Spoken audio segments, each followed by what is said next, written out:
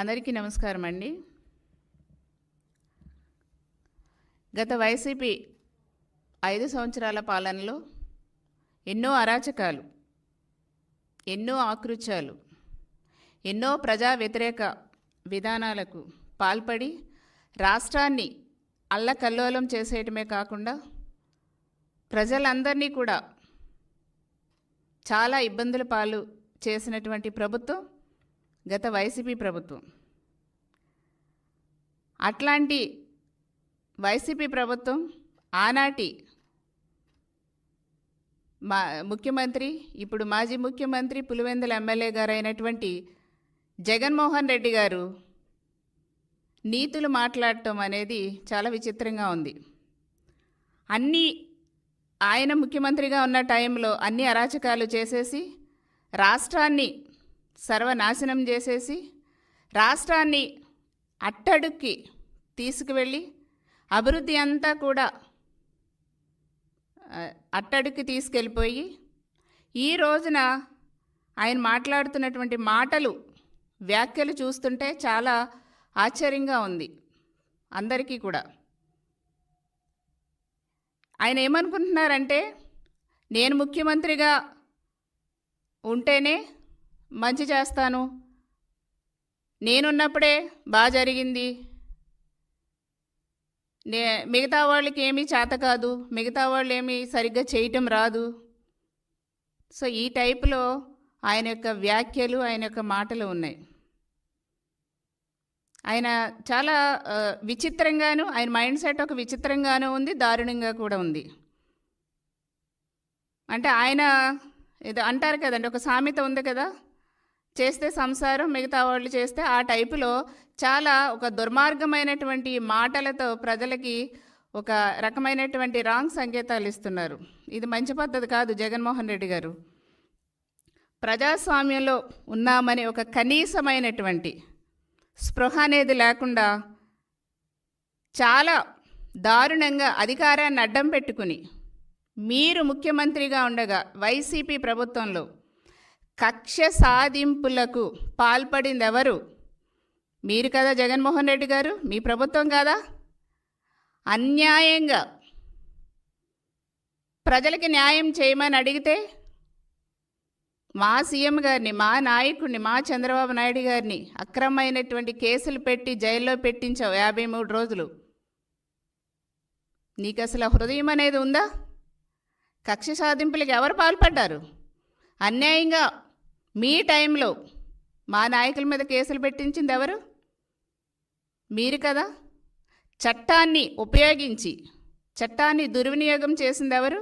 YCP ప్రభుత్వంలో ముఖ్యమంత్రిగా ఆనాడు జగన్మోహన్ రెడ్డి మీరు కదా. ఈ రోజున మీరు నీతులు వల్లిస్తారా? మీ టైంలో 2019 నుంచి మొన్నటి వరకు, ఎలక్షన్ ముందు వరకు, ఏప్రిల్ వరకు కూడా 5 సంవత్సరాల వైసీపీ పాలనలో వ్యవస్థలన్నీ కూడా నిర్వీర్యం చేసి భ్రష్టు పట్టించారు జగన్మోహన్ రెడ్డి గారు. మీరు వ్యవస్థల్ని భ్రష్టు పట్టించిందే జగన్మోహన్ రెడ్డి గారు, వైసీపీ ప్రభుత్వం. ఈరోజు దెయ్యాలు వేదాలు వల్లించినట్టుగా మాట్లాడుతున్నారు మీరు. అంటే మీకు మైండ్ కూడా సరిగ్గా పనిచేయటం లేదులేండి. ఈ రోజున ప్రజల యొక్క తీర్పు చూసేసరికి మీకు మైండ్ కూడా పనిచేయటం లేదు. మీ టైంలో మీరు ఎంతగా కక్ష సాధింపులకు పూనుకున్నారో ఒకసారి నేను ప్రజలందరికీ కూడా గుర్తు చేస్తున్నా, మీకు కూడా గుర్తు చేస్తున్నా. జగన్మోహన్ రెడ్డి గారు, మీరు అధికారంలోకి వచ్చిన 2019 మొట్టమొదటిగా మీరు ప్రజలకు ఉపయోగపడే ప్రజావేదికని కూల్చటం మొదలుపెట్టారు. ప్రజావేదిక నుంచి ప్రత్యేక హోదా వరకు కూడా మీరు రాష్ట్ర ప్రజల్ని, రాష్ట్రం యొక్క వ్యవస్థలన్నీ కూడా భ్రష్టు పట్టించేశారు. దీనికి కారణం మీరు కదా. మీరు ఇంకా ముఖ్యమంత్రి అనే భ్రమల్లోనే ఉండి మాట్లాడుతున్నారు జగన్మోహన్ రెడ్డి గారు. మీరిప్పుడు సీఎం కాదు, గుర్తుపెట్టుకోండి. మీరు సీఎం కాదు, ఒక మాజీ ముఖ్యమంత్రి, పులివెందులకు ఎమ్మెల్యే, గుర్తుపెట్టుకోండి. మీరు ఇంకా సీఎంఏ అనుకుని సీఎంగా ఊహల్లో ఉండి మీరు మాట్లాడకండి. వాస్తవంలోకి వచ్చి మాట్లాడండి. మీ 5 సంవత్సరాల పాలనలో ప్రజల్ని ఎన్ని ఇబ్బందులకు గురి చేశారో, అన్ని వర్గాల ప్రజల్ని కూడా ఎంత దారుణంగా ఇబ్బందులకు గురి చేశారో వాళ్ళందరూ కూడా కరెక్ట్ టైంలో కరెక్ట్ తీర్పిచ్చి మిమ్మల్ని మీ కనీసం ప్రతిపక్ష హోదా లేకుండా కూడా చేశారు. మర్చిపోకండి. భ్రమల్లోంచి బయటికి రండి జగన్మోహన్ రెడ్డి గారు. మీరు ప్రజావేదిక కూల్చడం మొదలుపెట్టారు, కూల్చారు. అప్పటి నుంచి మొదలైంది మీ పతనం 2019లో. తర్వాత ప్రజలకి కనీసం న్యాయస్థానానికి ఆశ్రయించే పరిస్థితికి లేకుండా కూడా చాలా ఇబ్బందులకు గురి చేశారు. ఆనాడు 10 లక్షల కోట్ల అప్పుల భారాన్ని ప్రజల నెత్తిన పెట్టేశారు మీరు. అంటే మీరు అవినీతి కార్యక్రమాలు ఎన్నో లక్షలాది కోట్లు మీ జేబులు నింపుకుని దోచుకుని దాచుకుని ఆ భారం అంతా కూడా ప్రజలను ఎత్తిన పెట్టేసి వెళ్ళిపోయారు. మీరు సిపిఎస్ రద్దు అన్నారు, మెగా డిఎస్సి అన్నారు, జాబ్ క్యాలెండర్ అన్నారు. ఏది ఉద్యోగాల భర్తీ ఏది చేయలా. కానీ మేము కూటమి ప్రభుత్వం అధికారంలోకి వస్తే మేము ఇచ్చిన మాట తప్పకుండా ప్రతిదీ అమలు చేస్తామనేసి గౌరవ సీఎం చంద్రబాబు నాయుడు గారు హామీ ఇచ్చారు. డీసీఎం పవన్ కళ్యాణ్ గారు కూడా హామీ ఇచ్చారు. లోకేష్ బాబు గారు హామీ ఇచ్చారు. ఆ దిశగా మేము వచ్చినప్పటి నుంచి 100 రోజుల్లో ఎన్నో కార్యక్రమాలు చేశాం. మొట్టమొదటిగా మీరు మీ వైసీపీ ప్రభుత్వంలో రైతులని ఎంతో ఇబ్బందులకు గురి చేసి వాళ్ళ యొక్క పూర్వీకుల నుంచి వస్తున్నటువంటి ల్యాండ్ని ఆక్రమించే ప్రయత్నంలో ల్యాండ్ టైటిల్ యాక్ట్ని వైసీపీ గవర్నమెంట్లో తీసుకొస్తే దాన్ని రద్దు చేసి రైతులకి భరోసా కల్పిస్తామని ఏదైతే హామీ ఇచ్చామో, మొట్టమొదటిగా గౌరవ సీఎం చంద్రబాబు నాయుడు గారు కూడా ల్యాండ్ టైటిల్ యాక్ట్ మీదే సంతకం పెట్టి దాన్ని రద్దు చేశారు. ల్యాండ్ టైటిల్ యాక్ట్ని రద్దు చేశాం. మేము ఇచ్చిన మాట తప్పకుండా గౌరవ లోకేష్ బాబు గారు కూడా డిఎస్సి టెట్ ఎగ్జామ్స్ నిరుద్యోగులకి కండక్ట్ చేస్తున్నారు. అంతేకాకుండా ఏదైతే పెన్షన్ పెంచుతామని చెప్పామో 4,000 రూపాయలు పెన్షన్ ఇస్తున్నాం. ఫస్ట్ మేము వచ్చిన వెంటనే 7,000 రూపాయలు ఒక పండుగల పెన్షన్ అందజేసినటువంటి ఘనత కూటమి ప్రభుత్వం అంది చంద్రబాబు నాయుడు గారిది. మీరేం చేశారు జగన్మోహన్ రెడ్డి గారు? మీరు వచ్చిన తర్వాత 2019లో ఏం చెప్పారు కబుర్లు? 3,000 పెన్షన్ పెంచుతామన్నారు. కానీ మీరు వచ్చిన తర్వాత గవర్నమెంట్ వచ్చాక జగన్మోహన్ రెడ్డి గారు మీరు చేసింది ఏంటి? 3,000 పెంచుతామని చెప్పి మీరు ఎంత పెంచారు? 250 రూపాయలు మాత్రమే పెంచారండి. అంటే మేము ఆల్రెడీ అప్పటికే 2014-19 2,000 రూపాయలు పెన్షన్ ఇస్తున్నాం. మీరు వచ్చిన తర్వాత 3,000 ఇస్తామన్నారు వైసీపీ వచ్చాక 2019లో. కానీ ఇచ్చింది ఎంత? 250 రూపాయలు మాత్రమే పెంచారు. కానీ మేము అలా కాదు. మేము ఇచ్చిన మాట తప్పకుండా 3,000 చేస్తామన్నాం, 4,000 పెంచుతామన్నాం. 4,000 ఇస్తున్నాం. మొట్టమొదటికి 7,000 ఇచ్చాం. తర్వాత నెల 4,000 రూపాయలు పెన్షన్ ఇస్తున్నాం. అంతేకాకుండా త్వరలోనే కానిస్టేబుల్ పోస్టులు కూడా భర్తీ చేయబోతున్నాం. అంతేకాకుండా ఎల్కేజీ నుంచి ఇంటర్మీడియట్ చదివే స్టూడెంట్స్కి అందరికీ కూడా ఫ్రీ బుక్స్ ఇస్తున్నాం. రైతులకి 48 గంటల్లోనే ధాన్యం డబ్బులు చెల్లించే విధంగా కూడా ఏర్పాట్లు చేస్తున్నాం. మీరు ఆఖరికి చెత్త మీద కూడా పన్ను వేయటం మానలేదు. మీ వైసీపీ గవర్నమెంట్లో చెత్త మీద కూడా పన్ను వేసి దోచేసుకున్నారు.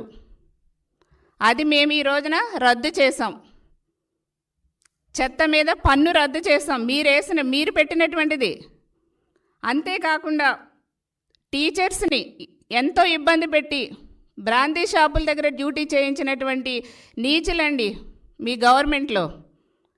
మా టీచర్స్ గౌరవంగా పాఠాలు చెప్పుకునే టీచర్స్ని ఎంత అవమానించినటువంటి ప్రభుత్వం మీ వైసీపీ ప్రభుత్వం. అలాంటి వాళ్ళకి గౌరవం ఇస్తున్నాం. కూటమి ప్రభుత్వంలో చంద్రబాబు నాయుడు గారు ముఖ్యమంత్రిగా గౌరవం ఇస్తున్నారు టీచర్లకి.